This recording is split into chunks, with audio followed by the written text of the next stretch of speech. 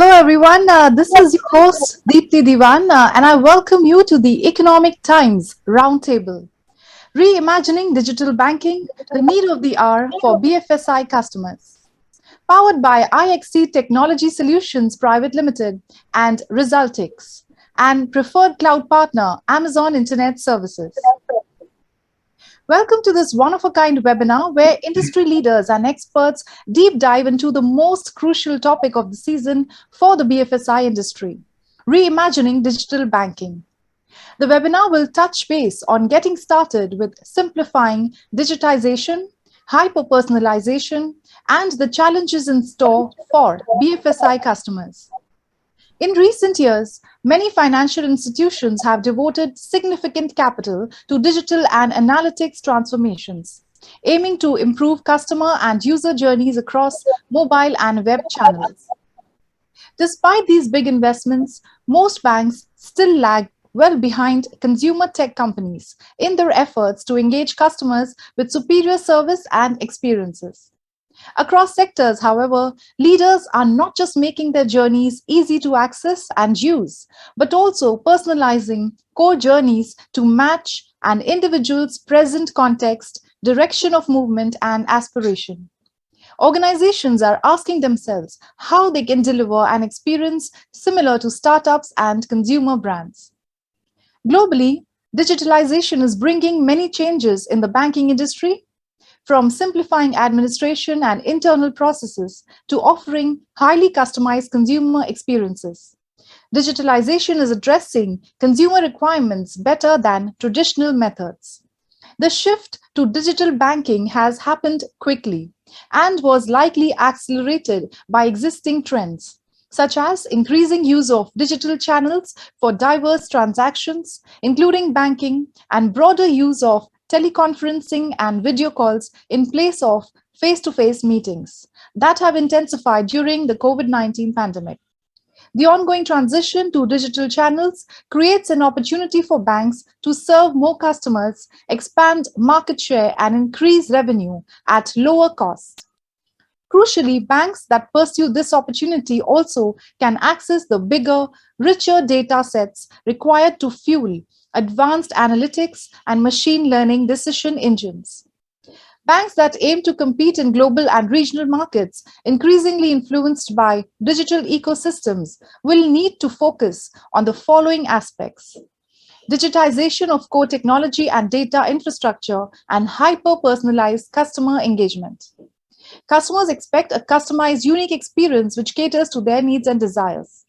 Hyper-personalization is all about a consumer-centric approach that uses real-time data to deliver services, products, and pricing that suit their current and future needs and their latent needs. These insights are driven by behavioral and data science using artificial intelligence.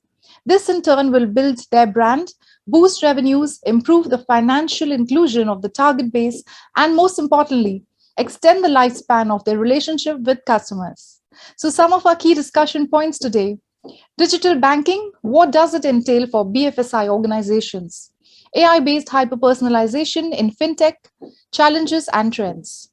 So gear up to hear from our panelists and have a lot of takeaways from this very crucial session. And we're joined by some very eminent speakers today. We're delighted to welcome Varun Sridhar, CEO, Paytm Money. Warm welcome to Inderjeet Kamotra, CEO, Unity Small Finance Bank. Thank you. Pinak Chakrabarti, CIO, Airtel Payments Bank. Welcome Vishal Rathore, CIO, NKGSB Bank.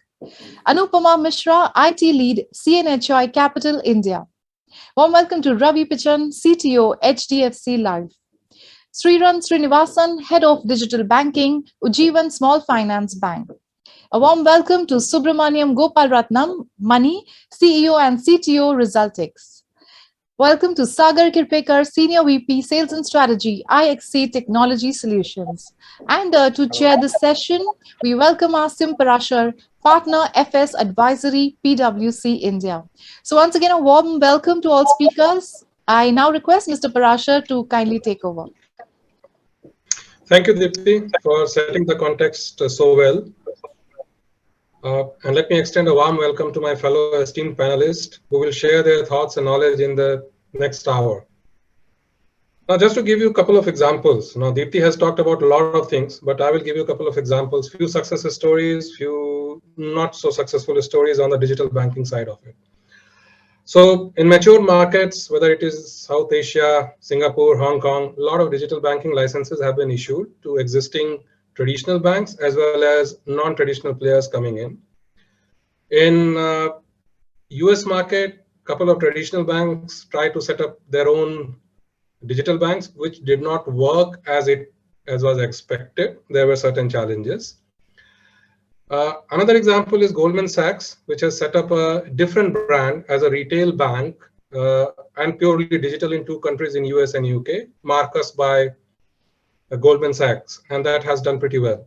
So there are multiple examples, multiple maturity level, different models, different way of classification. But what we are seeing that there is a combination of words which is being talked about, or there is a combination of different concepts that is being talked about in the corridor of banking. Now, if we look at neobank, open banking API, regulators are talking about sandbox, CBDC. Most of the banks, you talk to the CEO or the managing director, a few years back, they never used to take interest in technology apart from compliance and security. Now they are talking about AI, ML, cognitive analytics, behavioral analytics, etc. And we have few people out here, so they will share their experience. AI, ML, blockchain, now it's like kids talking about it. They also know what is AI, ML, blockchain, and everybody can talk about it a little bit. So it's a very different kind of environment that we are currently working. Now, what will be the future? Difficult to visualize. Just to tell you, like JP Morgan Chase has opened a branch in Metaverse. Now, whatever that means, we'll look into that part of it. But just to summarize and then start the discussion, there are few themes which are emerging. One, digital is here to stay. Transition from product centricity to customer centricity. That is a very different roadmap for financial institutions.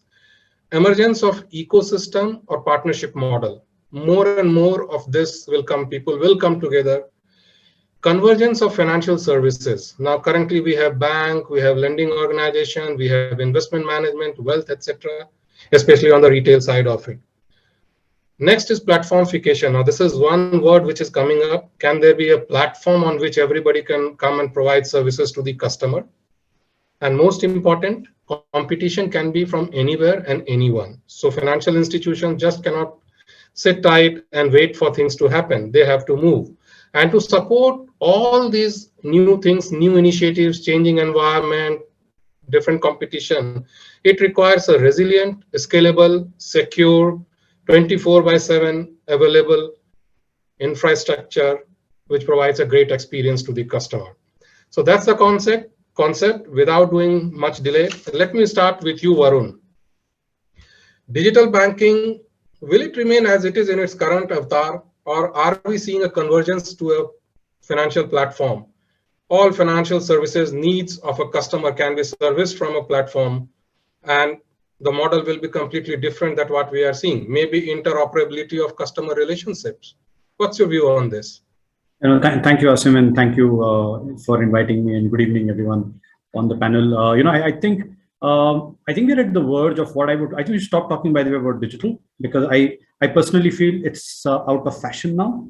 You talk somewhere saying, mobile is coming and all of that, people will be looking at you saying, this is 1980s information, right? It's already got classified into old Kishore Kumar songs, right? But I think, and the reason I say that is as follows. I think in India over the next 8 to 10 years, the following things are going to definitely change. The first is 5G is going to kick in, right? And as 5G kicks in, I kind of was involved personally launching in my previous organization a digital bank in China.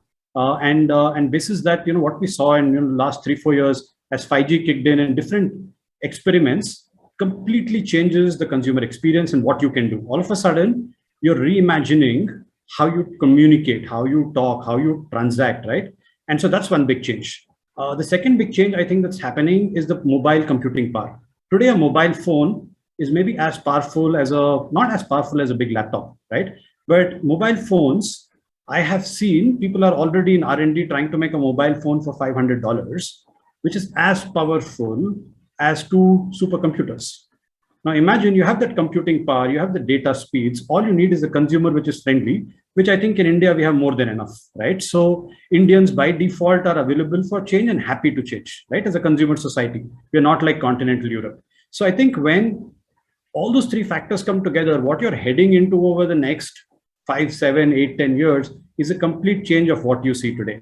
And I that new word going to be, but I know it's not going to be digital, right? I think I don't know what the mobile is going to be called, but I don't think mobile with such powerful computing engine is going to be called a mobile anymore. Because you could do, just to give you a simple example, right? I run Paytm Money where we do futures and options trading, right? Where we do mutual funds and a bunch of stuff. So today is Thursday, expiry day, and we did like 1 million trades. Okay, just to give you some sense of numbers. But those million could go up to 100 million. And imagine if all of that is delivered through a platform that the consumer has as compared to most of these platforms being hosted by brokers, exchanges, and so on and so forth. That was a dream 10 years back in the capital market space. That's becoming a reality. But at Paytm, for example, where we run a Paytm payments bank, where we would have Paytm Money, where we would have Paytm UPI, where we would have all of this together, I think the ecosystem, the platform play that you talk about, that's going to be the next big thing. Because what I can tell you is as follows. On digital banking, other than the two technology-led changes, what's also changing is what I call the emergence of niche segments. So for example, an option trader's banking needs are going to be so different from a first-time SIP user. Now, if one bank is going to try and solve all of it, best of luck, right? Or they have to be really, really good in tech. But I think someone somewhere is going to start taking up these models and start to solve. So yeah, but Asim, I think next 10 years, a fantastic time to be in India in this space, because I'm personally very happy and proud that we are right at the center of it. We are maybe leading some of these things across the world, right? And that's fantastic.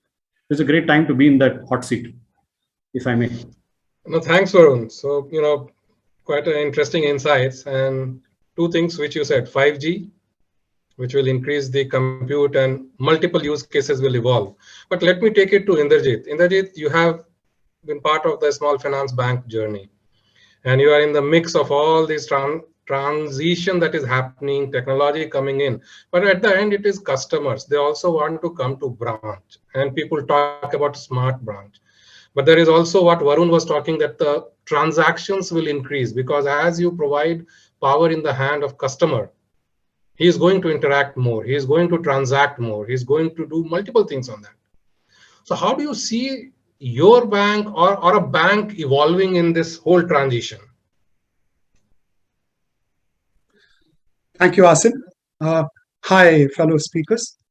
Actually, we have come in at the right time.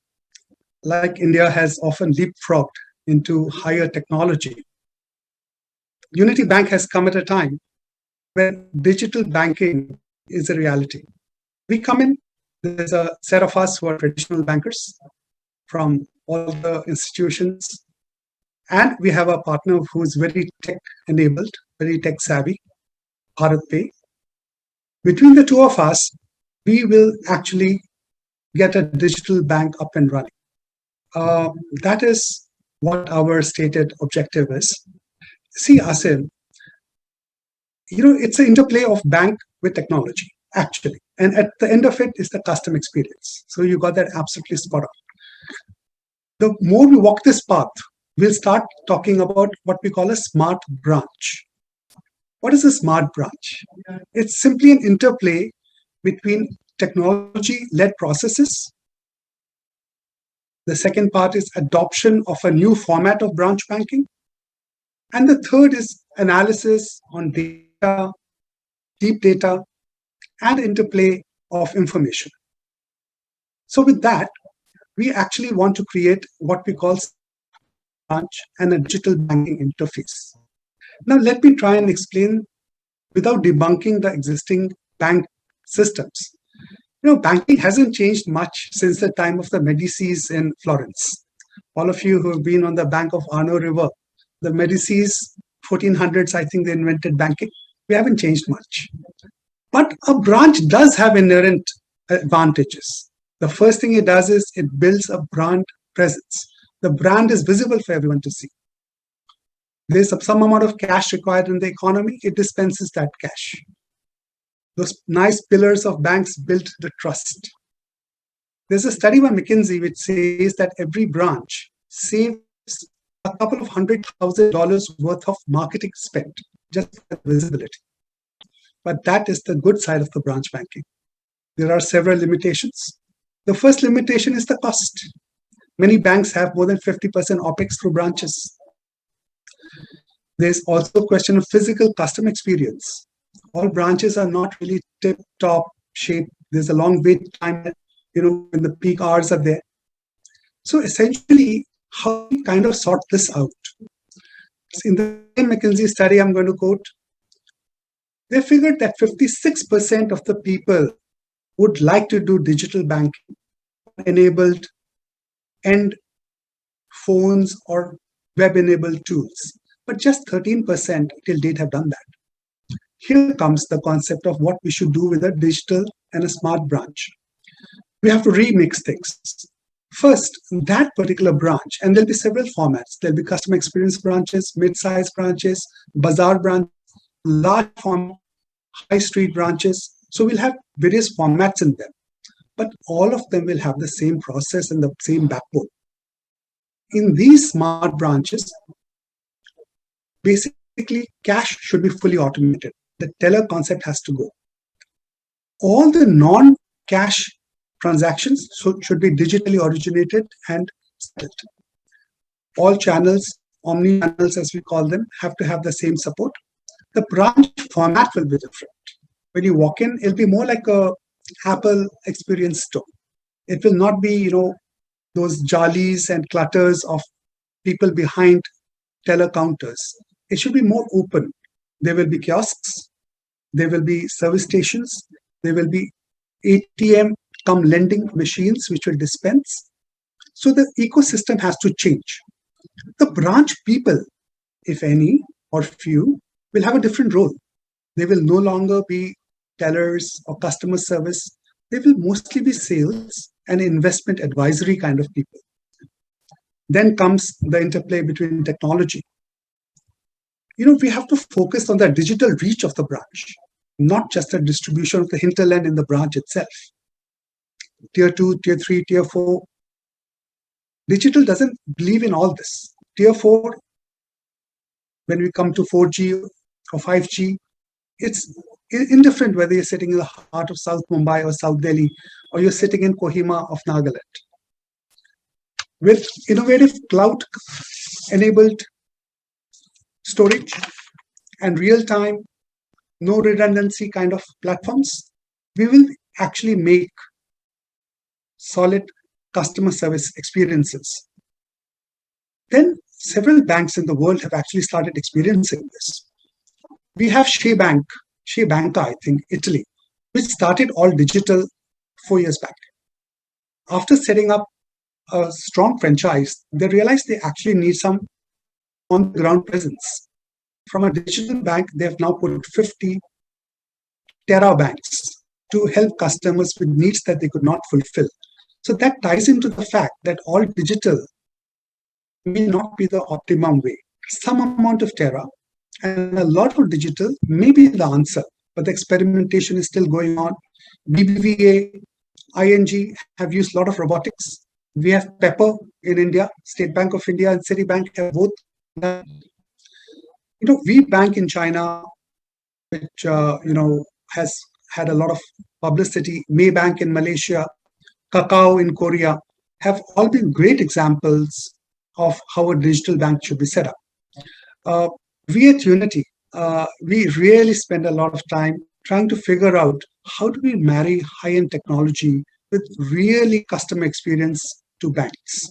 I would ask you to see this space, and I think this change, which we're going to see in the next 5 to 10 years, is going to be so rapid in banking and so powerful to enable the customers receive the best experience that it will be something which will be absolutely pivotal as times change. So back to you, Asim. And thanks. Yeah, thanks, Indrajit. So platform to digitally enable branches. Now let's move to Pinak. Pinak, we have the digital bank consultation paper out. So how will it kind of work with traditional banks? Will they coexist? Will it get subsumed? How are things going to shape up? Because Niti Aayog is taking consultations from a lot of players in the market, industries providing feedback, etc. And they are definitely very, very serious and sincere about that aspect of it. So your view, your opinion on that? Right. Thank you, Asim, and good evening, everybody. I think on this particular question, jury is still out. I don't think any of us know for a concrete reason which way it will go. From the payments bank viewpoint, let me tell you a couple of points, right? So one is that obviously we are talking about the high-tech technologies, high-tech branches. But if you look at it, the Airtel Payments Bank, where it serves most, the rural part of the India, right? So they are most possibly people who are having this Jandan account. That possibly is their first experience, right? Now, first experience in banking, I mean to say, right? But typically, the experience, if you look at it, they will get some benefit, direct benefit from the government, PM Kisan or any such scheme. And then what happens? They possibly in the first few weeks, the entire money will be withdrawn, right? So I think whether you look at it from a traditional banking or the digital banking perspective, there are a couple of points I want to make here. One is that how basically we make this saving habit gradually being built up, right? And they are the business correspondents, right? The guys who are actually working and trying to train people that this is the way a financial services can empower them. I think it becomes very important.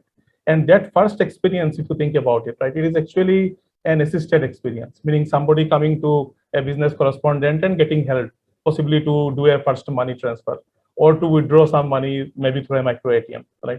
So in this context, if I look at it, I personally believe that digital banking, at least from rural India's viewpoint, it possibly will take some time before it can completely subsume the traditional way of working. I think initially, if we look at it, right, so the rural accounts which are getting open, right, up to last quarter, I think 440 million accounts got open.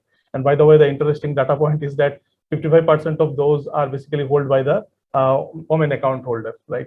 So, and obviously in this process, what happens in the entire country, if we look at it, the difference between women account holder and men account holder is also reducing, right? As of now, it is only 6%. But I firmly believe that at least for a few years down the line, right? I mean, people who are experiencing banking for the first time, and by the way, they think banking almost as a kind of a luxury, right? They will put some money to their employer instead of saving it to a bank, right? So for those people, it will be too hard to imagine that they would be able to do everything on the first instance from a mobile phone, right? Though, as Inderjit was making a point, I would love them to do it, right? It reduces the cost of transaction if we do not have to have a branch there. But my opinion is that we are only talking about money being deposited, money being withdrawn. What about the loans disbursement? What about the investment that is that they can make, right? Maybe using a very safe vehicle. And then the COVID and many other associated challenges have shown us very clearly that those guys, and in fact, India in general, I think we are underinsured as a country, right? So I think if I look about those financial services and banking, to the other question that you asked about a platform being serving the entire gamut of banking, I think it will continue to exist in an assisted channel mode. So thanks, Asim. I'll pass it over to you. So some interesting view out there, a bit diverging from the earlier two speakers, but interesting from that point of it. But I will have a contrarian view on it, that in tier 2, tier 3, and tier 4 cities also, the adoption of Flipkart and Amazon on a multilingual mobile application. So one person has a smartphone and 5 people assemble to buy a product from Amazon. And I have seen that personally. I come from a rural background, and still when I visit my village, this is the way. One mobile phone, 5, 6 people trying to buy something. So my assessment is, or making TikTok videos, they are more comfortable than anyone else I have seen it, or equally comfortable as per the city part of it. So I think they are, if the product that you're putting in front of it or the channel that you're putting, it's very simple. Your financial products are easy to understand, and there is transparency. As you rightly said, is it a luxury for them? Possibly, yes, because we always used to overwhelm them, interest, compound, simple, and people used to get confused on all of it. So those are few things which we'll have to take care. But let me not take the time. Let me move to Ravi. And Ravi, we have seen the speakers talking about different point of view here. Now, product centricity, customer centricity. You come from both banking and insurance industry, right? In both places, there is a need of the customer. There is a reach that you want to kind of reach out to people because you have to increase the sales.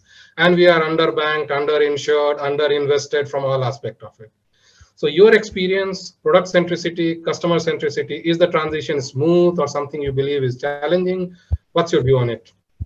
So first of all, thank you, Asim, for inviting me, and hello to fellow panelists. Great question, Asim. I think all these years, banking and financial services institutions in general have been very product centric, and it was, I've got these products, and the customers have to, pick one of these. Was the standard mantra, and essentially customers didn't necessarily have much of a choice if you go back the last 20, 30 or more years. Where I think that the model has started to evolve is putting the customer at the center of everything. Customer is heart and center, and you're designing your entire business model around it. The sales, the products, the servicing around the customer, and you also look at who the customer is and the demographic and the profiles of the customer. And that is rapidly evolving, as compared to the customer segments that, financial services institutions have targeted and serviced in the past. And what are these customers saying? How are they looking at it? And my sense is that, the customers of the future, Pinang talked about it, the number underbanked, the number who are uninsured in our country, are essentially looking at this more, I would call it more lifestyle. I think there was a word luxury that was talked about earlier, but I would use a more word like lifestyle. So this is lifestyle. So I don't think they, drastically are looking at engaging with financial services institutions very differently from engaging with, other industries outside financial services in terms of the experience that they are expecting. So the business model, I think, has started transforming. We at HDFC Life have recognized that and are building our entire business model on, customer being at the center, at the heart of everything. And that then has tentacles into a number of different areas, which is, in terms of products, how do we simplify the products? And this will be for all financial services organizations. And to a point where, can I actually enable my customer to design his or her own product? Going down to that point, because that's again going back to the lifestyle point I talked about. Is an important aspect. One of the points, Asim, you talked about earlier was hyper-personalization. And in a sense, personalization is a topic that has been talked about. We've now added another adjective, called it hyper-personalization. But I think gone are the days where hyper-personalization is more about the user experience layer. I think that part has been addressed, and there's obviously more to do there. But it is also about, product simplification. It's also about process simplification. Because, if your products are complicated, your processes are complicated, you can put, a great fancy UI on top of it. Unfortunately, it's not going to cut it. And then you couple that with the customer profile that you're targeting. And I think we've got a problem to solve for. So when you bring these elements together and say, I'm putting customer at the center, how do I now provide hyper-personalization in terms of process, in terms of product, and thereby enabling simplification of the entire experience, soup to nuts, is, I think, going to be the key differentiator for financial services institutions in the future.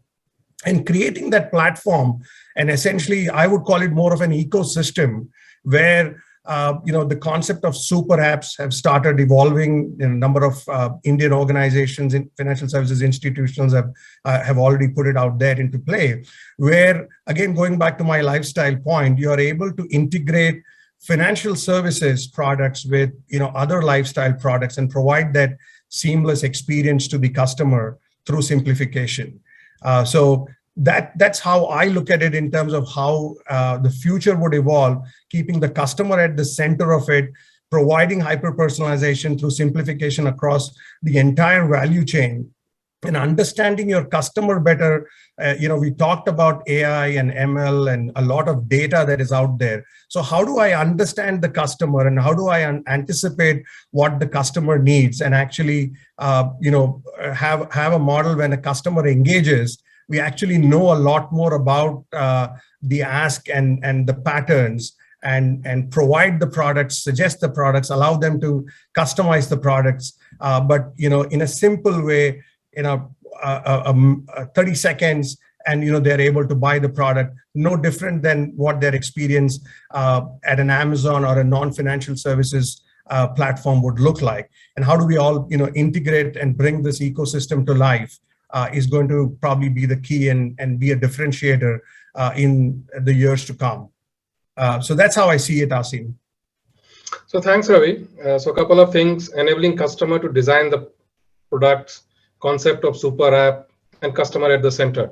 So shifting the gear, we have been talking, these are all have been about the retail customers, right? And they were the early adopters on the retail side of it, both on product, service platforms, digital assets being provided to them. Now coming to you, Sriram, how are things shaping up for SME segments? Because we have seen certain segment-based digital banking coming in play in the different matured market. So SME segments, corporate banking, what is the kind of experience that you are seeing? What is the kind of traction that you are seeing on the digital enabled banking or digital banking? Great. Thanks. That's a wonderful point. And I think my panelists did make quite a few points around how we need to, with all the new technologies coming in, and around 5G, and also the experience we've seen in China. Now, I'm in G1, and we're focused on the underserved and the underbanked. And that includes both personal banking and also the MSMEs, the micro SMEs, which in fact are, I would say, the backbone of the economy. And this is what is prevalent across the nation. Now, in many of these cases, digital products are certainly very relevant to them. All the things we talked about for all the other segments is equally applicable here. And having everything at their fingertips, having the same power that a corporate bank has, bringing it down to the level of an MSME is equally important for them. And going to a branch, for example, is even more of a hassle. I think the primary things which will really drive this are, one is identity management, which I think Aadhaar is amazing as a first step in terms of managing identity. But then how do you take this to the next level, especially around linking this to in an SME context, where linking identity to ownership of assets, and probably blockchain is an answer here. But this is something that we need to look towards. That is something that is one of the challenges and also big opportunities. Similarly, asset ownership in terms of either land or vehicle or business registration, things like that, those would certainly be very, very critical. I think the other parts around this segment is also around cyber safety, not just at the individual level, or while banks are focusing on cyber safety for the banking environment, how do we extend this to the client and make sure, A, that they're educated, and B, also that robust policies are put in. This will increase the confidence in the sector overall. So that, I would say, is the second key feature. While it's great to talk about things like the metaverse, I think we also need to make sure that the basics around these are covered and completely addressed.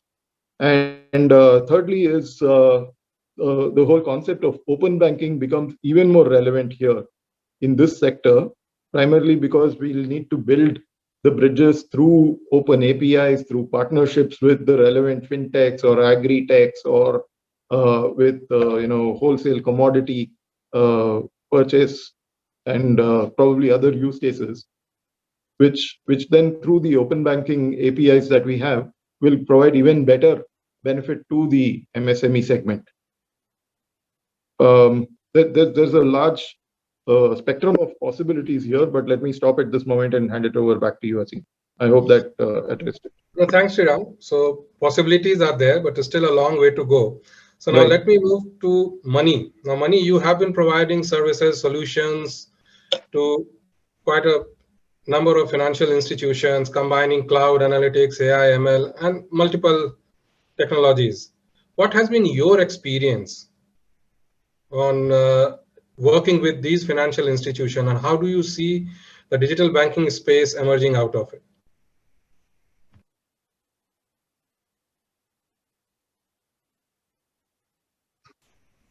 Thank you, Asim. Thank you for inviting me. The key requirement for any bank or any institution is to understand the customers, right? There have been lots and lots of effort that are being put in. But the problem is the data exists in scale that is unprecedented and it cannot be used. And that's what we are solving in terms of how do you bring the relevant information about a customer so that they can get the right product or simplified ways of doing something. Suppose I'm treating a unbanked customer who is new to the bank to somebody who is a middle class. It's not going to happen. They're going to have two different types of needs. So ability for you to clearly understand the segment, and then you are giving the right set of product in a simple manner. And believe me, underneath every banking, there is a debit and credit, right? That's what is the most simple view of a bank.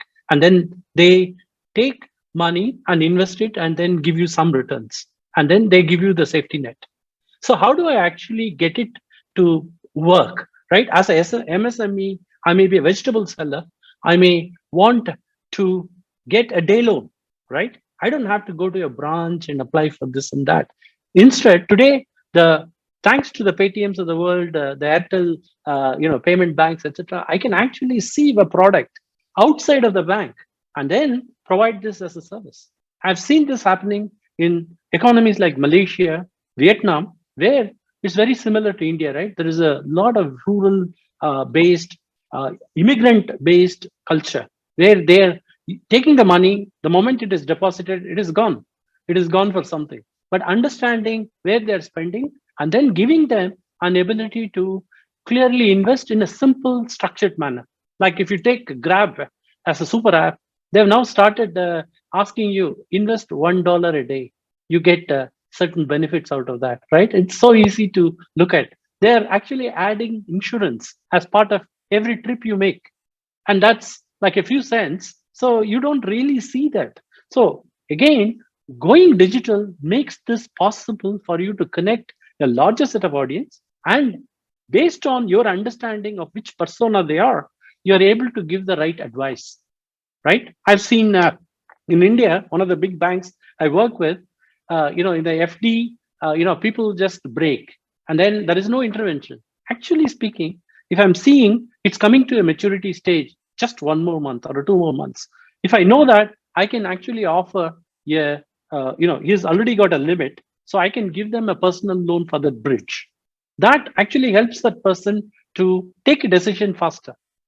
So that's what is contextual intervention based on the customer data and the patterns that are evolving. AI and ML are fancy words if it is not understood in the right context and applied as actionable insight. It is not an appendage. It should be part of a process. When somebody is looking at, branch, a branch is a place where, I used to have the highest level when I go with my grandmother to a bank because the manager knows everything about what accounts we had. So it used to be a pleasant experience. I go there, we get served, kids get served a cold drink. My grandmother used to sit there like a queen. Everything gets filled up. She has to just sign and that's it. That cannot be replicated because of the population. But in a digital world, we can mimic that. You go to a branch, you have an app, you can be identified. And based on your lost context, a person or a relationship manager can actually be informed that such and such person is here. Then the whole gamut is changing. That's where the hybrid structure, which was told by esteemed panelists, becomes a real good reality. Not try to have tellers and things like that. So ability for taking the data of customer, make it actionable, make it attribute based about a customer, and then create a persona based approach rather than traditional demography based segmentation. And based on their transactions, give them a nudge, not a dump of the product. So you no longer are product centric, you're customer centric. You want to understand the customer and structure a product according to that. Is where the world is going, and everything else like a metaverse, etc., is only aiding this, right? I've seen in India, adoption is the highest level. I can tell you, I go to my village today, I buy a coconut, I pay through Paytm, which is great. They're having Google Pay. How do I actually see this transformation? Is because people are adopting. And this is what I'm excited about. Thank you. Thanks, Mani. And I agree with you. And when I was working in the UK market 10 years back, a decade back, one of the global bank has used a RFID based app. So when you enter the branch, they were able to identify you. And the branch manager or the person who was customer service representative will walk to you and say, yes, Mr. XYZ, what do you want and what's your need for the app? So I understand. So that's quite interesting. So now let's move to Anupma. So we have heard about super app, we have heard about nudges, actionables, data using in a very contextual manner. And we are also talking about platform and platformification, especially in the lending business. So there are open API initiatives by bank, which is coming up, banking as a service. So how do you see in the lending business, how things will evolve? Because that is one of the key pillar of the banking business. So liability side, yes. Distribution of product, yes. But then again, lending, which is the core business of a bank. How do you see it's getting evolved? It's coming up. Thanks, Asim, and hello to everyone over here.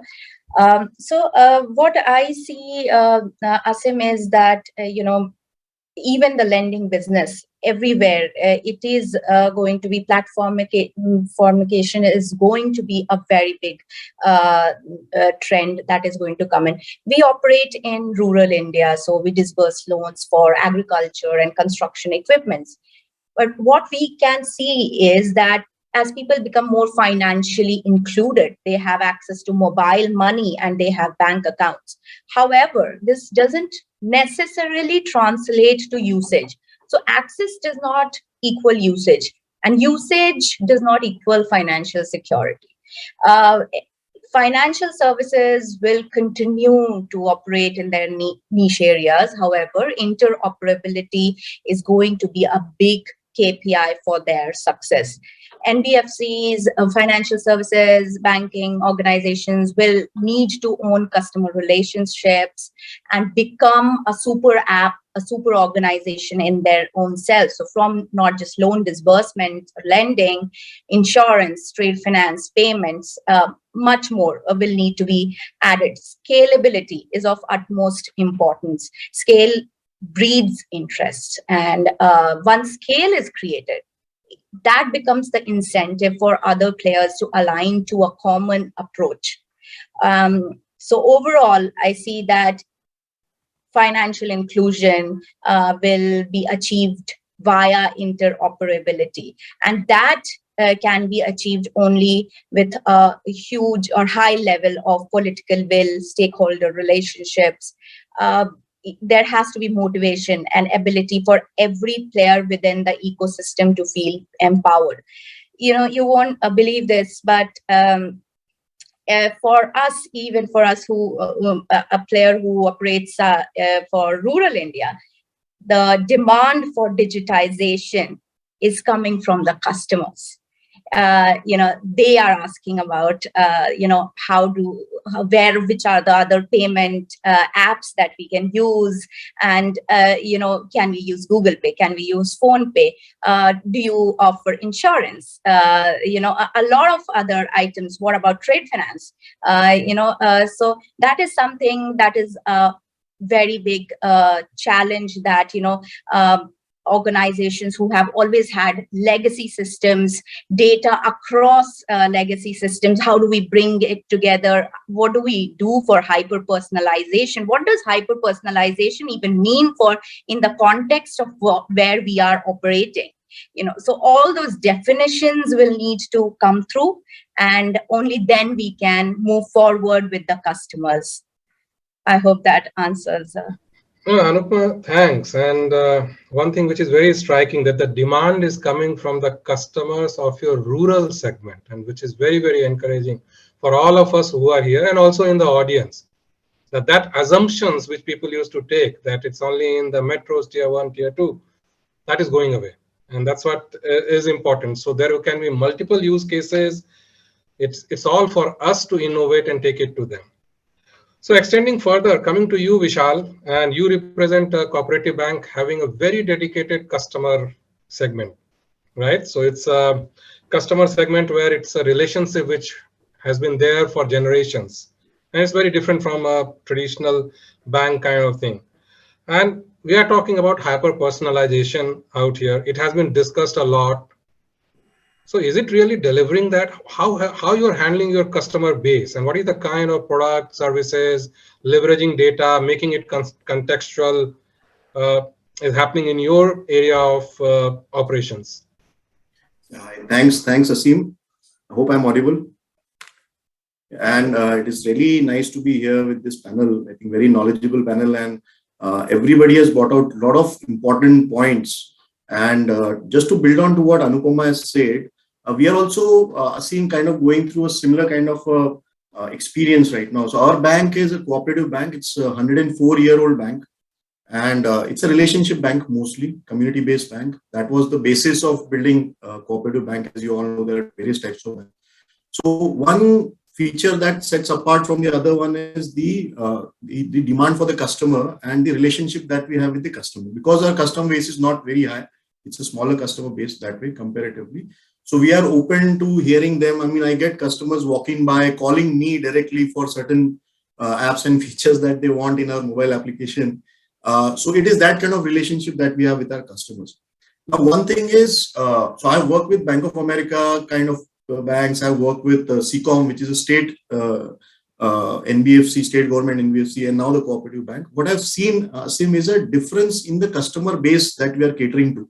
So it is very important to first understand what kind of customers I'm dealing with, what is their technology maturity, how fast they will accept to a certain technology, how open they are to certain technology. So it's basically understanding the psychology of our customers and the maturity of their technology adaptation.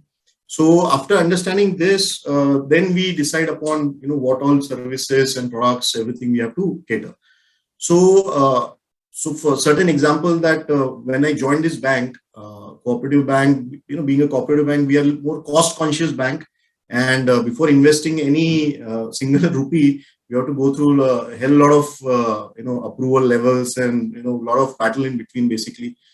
So what we did is, first of all, we built a strong foundation which was missing, and which is basically the need of for all the cooperative banks. So first of all is the network layer that we have built. So from MPLS, we upgraded to the SD-WAN technology. Now at least our ATMs and our branches are 99% up and running. So the downtime has been reduced. So these are certain basic things which we had to build first before even we talking about hyper personalization to our customers. So that was a challenge which I faced. And once the foundation was built, then we started focusing on the other aspects, which is the customer-centric approach that we have taken now. So we are kind of building a data warehouse and a business intelligence roadmap where we are going to get a lot of analytics, and we are passing this information to all our customers. So one thing our customers are liking is to get the information and the knowledge basically for them to make certain kind of decisions. So for example, in SME sector, we have started giving some reports to our SME customers, which are spread across all the rural places like Aurangabad, MIDC, Sidco, and all these places. So wherein they are getting certain reports wherein they can understand what kind of products and services we have, what are more suitable to them. And it's kind of an informative decision that they are making. So what we're trying to do here is create certain kind of custom reports and, wherein we collate certain industry data along with their data, kind of giving them a smart report kind of a thing where they understand what they're banking with us, the current situation, and what all they can do with us in the future, how all we can, where all we can help them. So for example, there's letter of credits or BG, like trade finance, what Anupam mentioned. Then there are a lot of other products and services that we have. We are going for certain customized products and services also. So our focus had been majorly on the retail, but now we are also trying to cater to our SME sector for the cooperative, because cooperative has been more driven by the retail segment and lesser on the SME and the wholesale business. But that is where we are using these technologies. So I think what we have, our challenge is to be realistic. I mean, metaverse and all, having a bank in meta, I don't know, kidhar paisa dal rahe, but having that is good. But being cooperative, you have to be also realistic, because we are dealing to India. So I have customers, the millennials walking in, then they need something, immediately on the mobile app and everything. And then I have a customer who's a 90-year-old walking in personally into the branch, and I need a person to get up immediately, understand, who that person is, and then, make him sit and just see if we have his even mobile number updated in our Finacle or core banking system, right? So these are the challenges. Another thing is the mobile banking app penetration. So just building an app or building some technology is not enough. Making your users adopt that technology is also an important thing, I believe. So what we are doing is we are creating these learnings and awareness campaigns. We are creating certain features. We are creating certain features that are luring these customers probably to start using these. Those different kind of channels, I think, challenges, but yes, we are working towards it. Thanks. So thanks, Vishal. And sharing that aspect of it is also important, because we are talking, like Varun talked about, a segment of customer who are very savvy, who understand financial products, and the transaction volume, etc., has been increasing on that side of it. And then we have a set of customers who have certain basic needs and which are evolving. And then one thing which has come across the two panelists, Anupama also talked about trade finance and other banking products which are document heavy. Now, those transactions are also shifting for the SME. When we talk about SME, these also constitute the proprietors, etc., who are running their own business. So at times they have their houses, etc., mortgaged and running their business. So it's almost like retail, but again SME, MSME kind of a segment. So that's quite interesting to hear. Now moving to you, Sagar. So people have been talking about super app, omni-channel, customer experience, nudges to support that part of it. And you have been enabling banks and financial institutions in India and outside India. So what has been your experience, how you have kind of helped them, and your learnings also? What could have been done better? Sure. Thanks, Asim, and hello to all the panelists. What I will try to do, and I have that luxury being at the later part of the session, kind of take inputs from you all and see if I can give my inputs of what experience that we have seen in global markets across all these points. So I'll take up one point related to the SME banking or corporate banking and what trends we have seen there. And I think Shriram touched upon a lot of points related to where the SME banking is evolving. And what we have really seen is that there is a whole lot of adoption now in this corporate and SME onboarding when it comes to digital channel adoption. And this is being seen by tier 1 banks across the globe now. So earlier, as you rightly said, there was a lot of adoption on the retail banking side, but now there is also the SME and corporate banking looking at more and more the digital aspects of it. So when you talk about onboarding, there is a lot of expectation on the integration with regulatory and fintech ecosystems. Basically, they would want seamless onboarding experience, less amount of fallbacks, and so on. And this challenges become compounded because every country that you go to, there will be different fintech systems that you have to integrate with different regulatory requirements and so on. So that really makes it very interesting from a technology perspective. Another aspect we have seen evolving is that that RMs are now looking at getting more and more equipped with CRM intelligence and highly having personalized interaction with customers. So banks are now looking at real-time insights to the RMs to have pitch books so that there can be cross-sell, upsell, and so on. Other thing which has really evolved, which was earlier only on the internet channel, but now I think it's more coming on the mobile channel as well for corporate banking, with for approvals or unified dashboards and payments and so on. So there is again an inclination towards looking at the mobile channel for corporate banking as well. As we all know, trade finance has always been a manual territory, but there as well now a lot of exploring of digitization has happened. And this is where what we have seen is that the SME segment is evolving a lot. It has really become hotbed for banks to go to services beyond banking. And I think there is a need to have solutions which will include books, CRM, e-commerce, POS solutions, and so on. And some of the examples where we have seen here, which you can use the data to do some cross-sell, is about offering working capital finance based on the account payable insights from the books and so on.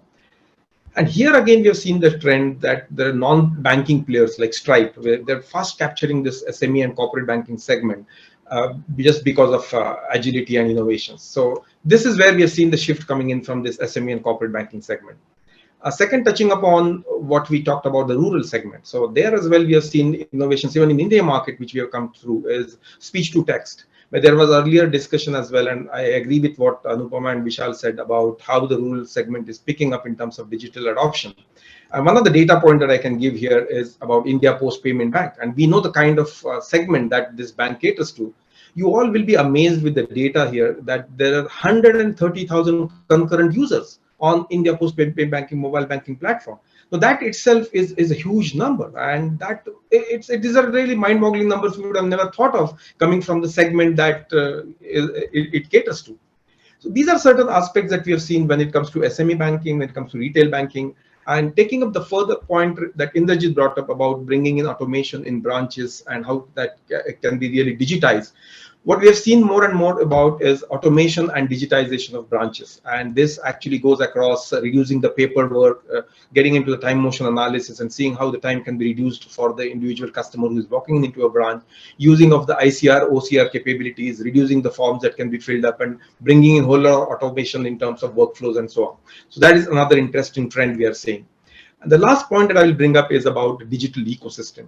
What we have seen now is that fintechs and retail are fast approaching the territories of branches of the banks. So I'll give you some names, right? Like Chime, Afterpay, Stripe. These are kind of non-entities. But if you look at Afterpay now, they have 16 million customers, and they're increasing the credit market with BNPL credit. Similarly, just some data point in terms of what Wise debuted in LSE with 11 billion market value.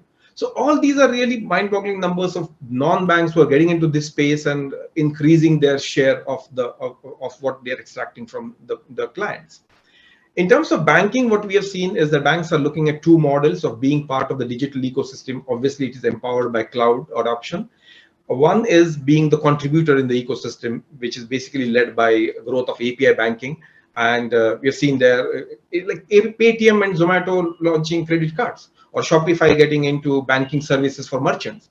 Similarly, banks are looking at getting into the role of orchestrators. Not much prevalent in India, but we have seen outside that N26 is offering embedded finance use cases, like they're offering insurance and payments and so on. Or Revolut and Starling is now being a wide marketplace for offering solutions for the SME segment. So all we have seen here is that the digital ecosystems are building big time, and I think it's just for all of us to be part of it, either as a contributor or an orchestrator. And it is having benefits for everyone. It's helping enrich your digital reach, enhance your digital reach, bring in newer products, increase the revenue stream through banking as a service, or maybe opening up new markets and segments that you had earlier no access to, and enabling banking in other ecosystems, like there are banking transaction capabilities possibly within Zoho, which was earlier unheard of. So these are the different things that we have come across in the market. We're happy to cater to some of our clients in all these initiatives, but it really helps us and ensures that we are on our toes to cater to these requirements from the market and so on. So thanks for this question, Asim, and I think I just tried to give a holistic view and all of this. Sure, Sagar. Thanks a lot for sharing the experience. So what I get a sense is, and we are almost on the hour, so what I get a sense is everybody is quite positive on the march of digital banking. But now let me take a contrarian question. One impediment that you believe can disrupt this journey of transitioning to a digital bank? And I will start with Varun. No, good question, and good that you put me on the spot. No, but I personally believe, I think it's financial education. India makes great architects, engineers, bankers, data scientists, rocket scientists, the best brains in the world. It's really funny at 35, if I ask somebody, tell me how would you do a 500 rupee SIP? And they're looking all over the place except into my eyes, right? And I think that's the problem. So I think the one impediment is, I don't know if in class after, when you're 5 years old, if we could get financial education into our great education system, I think India would be just leapfrogging leaps and miles and bounds. So I think if there's one impediment in all of this, which will take India to greatness, it's financial education. Thanks, Varun. Indrajit? Asim, we are currently struggling with the question you're asking. See, a bank would have, say, 1 million customers. Paytm, let's assume they also have 1 million customers. Paytm says all my 1 million customers use the mobile phone or the handheld efficiently and 100%. When we start using that for a bank, and we are currently doing our onboarding existing customers through an app, you suddenly find the existing customers are not 100% app friendly. The number falls to 40%. So the adaptation and adoption of apps is not yet for everybody. It's definitely there for the younger people, for the millennial generation, and for us. But it's not for everybody yet. And it's nothing to do with demographics or age or tier of the city they are in. There are some people who will not do it. So when we come out with solutions, either in the banking, insurance, across BFSI sector, we have to remember that we have to have a plan B also for the people who will be digitally enabled, but not immediately. Brilliant. So that's a good takeaway for all of us. Ravi, over to you. I think one of the biggest impediments that could be to kind of help us if this vision can't be realized would be for us to have our minds in a box, right? For us to keep our minds open to the art of the possible, because we live in a world which is constantly changing. It's disruption is there every day. So more than technology, more than the customer segmentation, it's about keeping our mind open to the art of the possible. Very brilliant. Mani, over to you.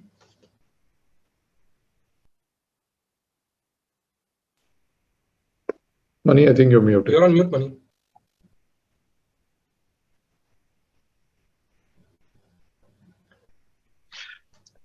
Okay, my fellow panelists covered this quite well. So education is one of them, awareness. Second one is the ability to give an app or a digital experience as simple as possible. Third one, specifically to India, support to the multilingual habits, right? You need to be vernacular to make it work faster and better. Then the fourth one is the ability to mimic, like for example, voice-based requirement is still there.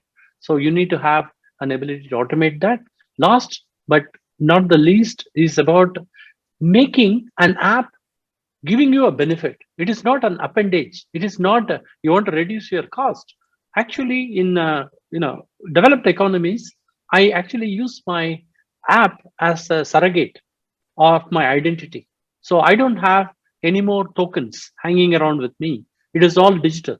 So if I don't have an app, I can't do any transactions. So your security and safety is actually embedded within that. So that kind of makes it important for somebody to use that app. I think that's how we should look at it in all equal doses. And most important thing is what is in it for my customer. It is not my fantasy about doing a fantastic app.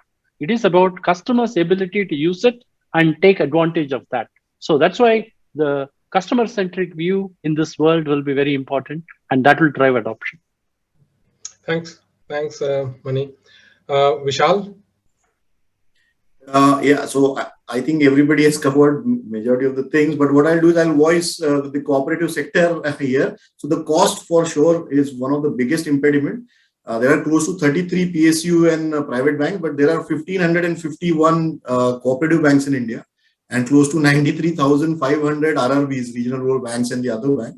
So I think we are left behind because of the cost factor. So RBI is behind everyone to adopt cyber security and digital and everything. Cost paisa kidhar hai? So what I would request, is, these, the IT companies of India, technology companies should come up with certain ideas where they can give shared technologies, shared data centers, shared application, these kind to like we are doing it for the underbanked, they should be doing it for the under technology banks, for corporate. That's a great idea. Yeah, I think that's a good takeaway. Anupma? Well, I think most of the points have been covered, but I endorse Varun's point where he said about financial education, and I would like to combine it with the context from where I am coming from, financial education in, say, rural areas, and combining it with Inderjeet's point that not everyone is digitally savvy. So financial education, rural India, making them digitally savvy. That's how we are going to build the scale. So that's one point that I. Sure, Sriram. Yeah, again, I think everybody's covered most of the things, but I think the biggest danger really I see around two areas. One is running behind technology for technology's sake, or because it is the latest and greatest fad, be it AI, ML, or be it Meta, or so on. And I'm not dissing any of these, but I think, again, which brings to the related point of staying close to my customer, finding out what is it that my customer really needs, and giving that to my customer in a very seamless fashion. And to do that, if I need technology as a tool, well and good. But running behind technology just to show that I have XYZ fad is, I think, one danger. The other thing I would be really losing sleep over every day is that as smart as the banking industry is, the criminal industry is even smarter.